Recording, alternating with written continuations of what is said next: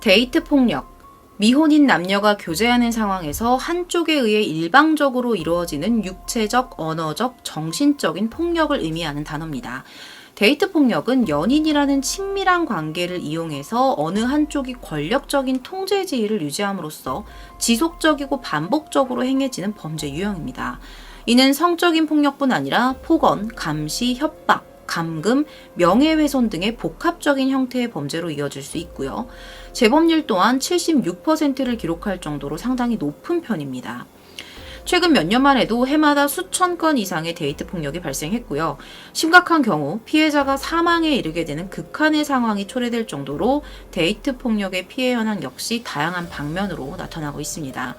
데이트 폭력은 피해를 당하는 상대가 위협을 느끼는 그 즉시 구성 요건을 충족함으로써 범죄로서의 성립이 가능하고요. 최근 이에 대한 사태가 심각해짐에 따라 가해자 처벌 법안이 제정이 되면서 피해 사실에 대한 적절한 조치를 취할 수 있게 됐죠. 데이트 폭력이란 단어가 생기기 이전에는 피해자의 대부분이 보복에 대한 두려움을 이유로 신고를 하지 않았었다고 합니다. 형법상 폭행죄는 이 친고죄에 해당하지 않기 때문에 사실 확인만 이루어진다면 피해자의 의사와 관계없이 공소를 제기할 수가 있습니다.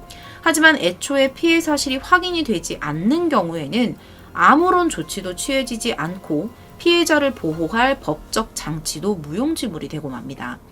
더구나 언어적, 정서적인 폭력으로 인한 명예훼손이나 모욕에 관한 범죄는 친고죄에 해당을 하기 때문에 피해자의 적극적인 구호 조치가 이루어져야만 공소 제기 및 처벌이 가능합니다. 데이트 폭력의 일반화 또한 사회의 큰 문제로 떠오르고 있습니다. 일반적으로 데이트 폭력이 발생한 경우 피해자를 여성, 가해자를 남성이라고 치부하는 경우가 많지만 실제 조사에 의하면 남성 피해자 또한 여성 피해자 못지않게 많다고 합니다. 물론 피해의 경중을 따져보았을 때 여성이 압도적으로 많은 비중을 차지하는 건 사실이지만 데이트 폭력의 가해자와 피해자는 성별에 따라 구분되지 않는다는 점은 반드시 명시할 필요가 있겠습니다. 우리나라에서 흔하게 벌어지고 있는 데이트 폭력의 유형은 바로 이별범죄입니다. 이 이별범죄의 원인으로 지목되는 것은 상대를 인격적으로 존중하지 않은 채 본인의 뜻대로 휘두르려는 소유욕과 지배욕 또는 상대방에게 느끼는 배신감과 보상심리 등이 있다고 합니다. 하지만 데이트 폭력은 반드시 이와 같은 중대한 사유를 전제로 발생하는 범죄는 아닙니다. 사소한 감정 싸움이 신체적, 정신적인 폭력으로 번지는 경우가 대부분이고 심지어 아무런 이유 없이 일방적인 분풀이 형태로 발생하는 경우도 수없이 존재합니다.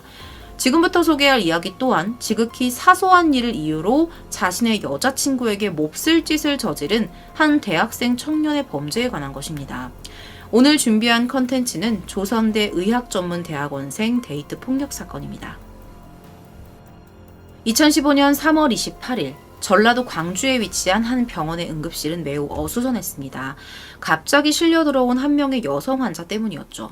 그녀의 오른쪽 갈비뼈는 완전히 부러져 있었고 양뺨 역시 검붉은 피멍이 든 채 터질 듯이 부풀어 올라 있었습니다. 진단 결과 그녀는 전치 3주에 해당하는 부상을 입었고요. 정신적으로도 매우 불안정한 모습을 보이고 있었습니다. 부상의 원인은요, 교통사고나 추락이 아닌 누군가의 의도적인 폭행이었죠. 여성은 당시 조선대학원 의학전문대학원에 재학 중인 학생이었습니다. 대학원과 가까운 곳에서 자취생활을 하면서 성실하게 자신의 꿈을 이루기 위해 노력하던 이 여성에게 도대체 무슨 일이 일어났던 걸까요? 사건 당일 피해 여성인 A양은 갑작스럽게 울리는 전화벨 소리에 잠에서 깨어납니다. 발신자는 같은 대학원에 재학 중이었던 자신의 동기이자 남자친구인 B씨였습니다. 사건 전날에 무리한 일정 때문에 몸에 좀 피로가 많이 쌓였던 상태였어요, 이 A양이. 그래서 잠을 자고 있는데 이 잠을 깨우니까 조금 짜증이 났던 거죠. 그러다 보니까 전화를 받을 때 조금 예민하게 기분 좋지 않은 상태로 받게 되어서 이 말투가 조금 날카롭게 나갔던 겁니다. B씨는 자신의 전화를 받는 이 여자친구의 태도가 마음에 들지 않는다는 이유로 거친 욕설을 내뱉기 시작합니다. 곧이어 전화는 B씨에 의해서 일방적으로 끊깁니다. 서로 기분이 상해버렸기 때문에 이미 되돌리기엔 조금 늦은 상황이었죠. 이후에 A양은 전화를 끊고 그냥 대수롭지 않게 생각을 하고 잠이 들어요. 하지만 전화를 끊은 지 30분도 지나기 전에 초인종 소리가 울리는 거예요. 딱 깨어났죠. 그리고 문을 열었는데 A양의 눈에 들어온 거는 상당히 상기된 얼굴로 화가 난 채 씩씩대고 있었던 남자친구 B씨였습니다. 그는 다짜고짜 A양의 자취방으로 들어와서 그녀에게 손찌검을 하기 시작합니다. 그 충격으로 바닥에 쓰러진 A양에게 빨리 일어나라 이러면서 협박을 하고 발길질도 서슴지 않았습니다. 난데없이 자다가 깨서 이어지는 이런 폭행에 A양은 정신을 차릴 수가 없었어요. 하지만 그녀는 B씨의 눈을 피해서 휴대폰 녹음 기능을 켰고요. 모든 상황은 고스란히 그녀의 휴대폰에 남게 되었습니다. 폭행은 쉴 틈 없이 이어졌고 정도를 지나친 욕설 역시 계속되었습니다. B씨는 A양의 부모님까지 욕하기 시작했어요. 폭언을 막 쏟아내기 시작한 거죠. 그러면서 그녀의 복부와 안면을 강타했고 그동안 너를 죽이고 싶었다라는 말과 함께 목까지 조르려고 합니다. 더불어 주인이 폭행당하는 장면을 본 A양의 강아지가 남성에게 달려들어서 발을 물었어요. 그랬더니 B씨가 강아지를 잡고 이 눈에 있는 핏줄이 다 터질 때까지 목을 조릅니다. 강아지의 목을. A양은 죽을 수도 있겠다는 두려움에 그의 시선을 돌린 후에 도망을 치려고 했습니다. 하지만 다 실패로 돌아갔고 감금과 폭행은 무려 4시간 반 동안이나 이어졌습니다. 겨우 분이 풀린 그는 쓰러진 그녀를 뒤로 한 채 자취방을 나섰습니다. 혼자 남은 A양은 스스로 경찰과 병원에 전화를 걸어 도움을 요청했고요. 그녀의 증언과 사건 당시의 상황을 녹음한 파일을 바탕으로 한 가해자에 대한 수사가 개시됩니다. 보고 계시는 사진은 사건 이후에 일정 기간이 경과했음에도 불구하고 회복되지 않은 피해자의 안면 일부를 찍은 것입니다. 입술이 다 터져 있고요. 오른쪽에 자리하고 있어야 할 이도 뽑혀 있는 상태였죠. 조사 결과 그녀는 4시간가량 양뺨을 200대 정도 가격을 당했고요. 부러진 갈비뼈의 조각이 몸 안 곳곳에 돌아다닐 정도로 가혹한 폭행을 당했다고 합니다.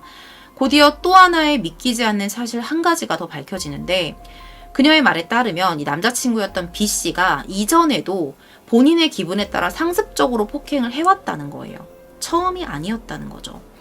하지만 체포된 그가 이에 대한 혐의를 전면 부인했고 사실을 입증하기 위한 객관적인 증거가 단 하나도 남아있지 않았기 때문에 추가적인 공소 제기는 불가능했다고 합니다. 2015년 11월 수사를 전담한 광주지방검찰청 측은 가해자 B군에게 폭행죄, 감금죄 등을 비롯한 여타 죄목을 적용해서 총 징역 2년을 구형합니다. 하지만 재판 결과 놀랍게도 담당 판사는 집행유예와 더불어 벌금 1,200만 원이라는 처벌을 선고합니다. 피해자 측과 여론은 분노했죠. 피고와 검찰 양쪽 모두 항소를 진행합니다. 물론 폭행에 대한 처벌로 벌금형이 선고되는 일이 흔치 않다고는 볼 수 없어요.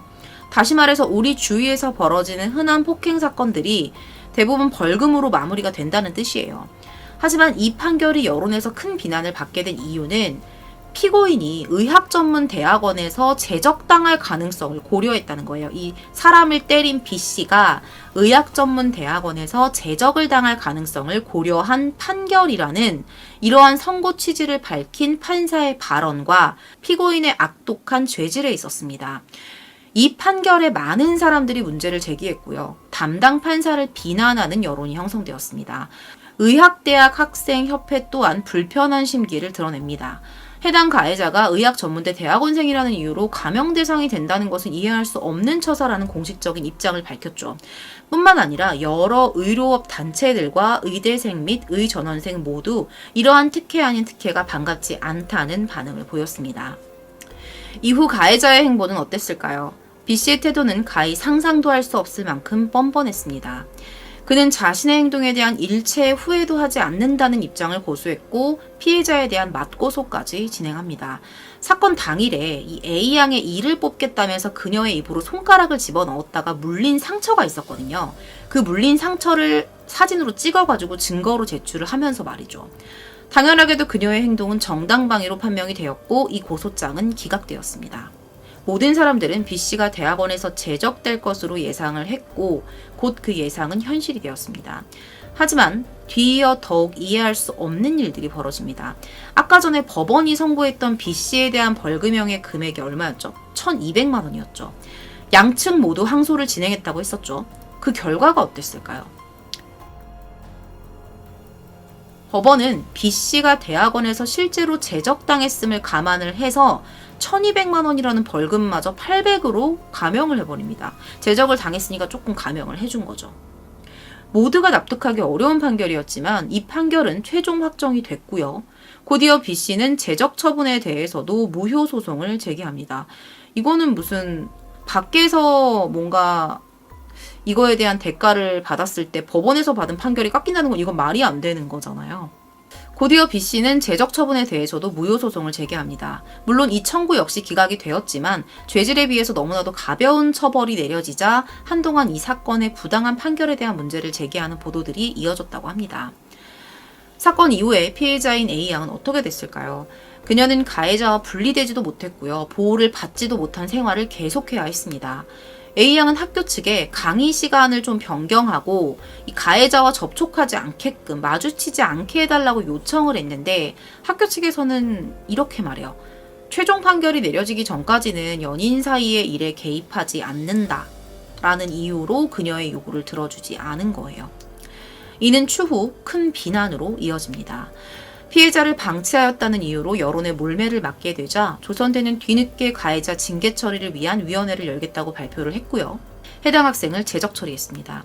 하지만 대학원 내에서 이 가해자를 두둔하면서 피해자를 비난하는 내용의 카카오톡을 캡처한 사진이 떠돌면서 조선대는 또 한 번 논란의 도마 위에 올랐습니다. 결국 A양은 각종 루머와 음해성 발언에 시달리며 학교 생활을 이어나가야 했죠. 가해 학생의 제적 처분을 끝으로 그녀의 신변 보호를 위한 그 어떤 조치도 취해지지 않은 채 모든 게 마무리가 됐고요. 이 사건 역시 사람들의 기억 속에서 잊혀져 갔습니다. 그 이후에 이 가해자가 피해자에게 어떤 짓을 했을진 아무도 몰라요. 당사자의 신고 없이 데이트 폭력이 실제적인 처벌로 이어지는 과정은 결코 쉽지가 않습니다. 아무리 범죄 행위라고 할지라도 연인 사이에서 발생한다는 것을 전제로 하기 때문에 이 부부싸움이랑 비슷하죠. 가정폭력이랑. 이런 것 때문에 확실한 증거도 없이 제3자가 개입할 수가 없기 때문이죠. 따라서 피해 당사자가 데이트 폭력이라는 행위를 엄연한 사회 문제와 범죄로 인식을 하고 문제 제기를 해야지만 비로소 그에 대한 법적인 처벌이 가능해지는 겁니다. 이 사건에서 가장 큰 문제로 손꼽히는 건 역시 상습적으로 이어진 폭행에 대한 문제 제기 및 피해 정도와 상응하는 적절한 처벌의 부재라고 할 수 있습니다. 우리 사회는 비물리적인 폭행 또는 가벼운 폭행도 심각하게 취급해서 그에 대한 법적 처벌을 강화하기 위해 노력하고 있습니다. 현재 우리나라 판례에 의하면 물을 끼얹는 행위와 상을 뒤엎는 행위, 상대방의 귀 가까이에서 큰 소리를 내는 행위 등이 폭행죄로 인정이 될 만큼 폭행에 대한 기준은 엄격해졌습니다. 처벌이 약할 뿐이죠. 경미한 폭력이 반복될수록 그에 대해서 무감각해지고 결국에는 심각한 폭력으로 이어질 수 있다는 우려가 관련 법안 제정의 배경이 된 것은 아닐까요? 하지만 아쉬운 건 아무리 이런 비물리적인 폭행이나 가벼운 폭행도 폭행죄로 인정을 해준다고 해도 거기에 대한 처벌이 오늘 사건에서 보신 것처럼 너무 약하잖아요. 이건 정말 아쉬운 부분인 것 같습니다. 데이트 폭력은 절대 일어나서는 안 될 악질적인 범죄이자 뿌리 뽑아야 할 사회 문제 중 하나입니다. 이를 예방하기 위해서는 남녀 간의 지속적인 배려와 존중을 통한 건전한 교제 생활과 개인적인 의식 함양 등이 필요하다고 생각합니다. 여러분들의 의견은 어떠신가요? 오늘 준비한 이야기는 최근 심각한 사회 문제로 떠오르고 있는 데이트 폭력 사건에 관한 내용이었습니다. 시청해주셔서 감사합니다.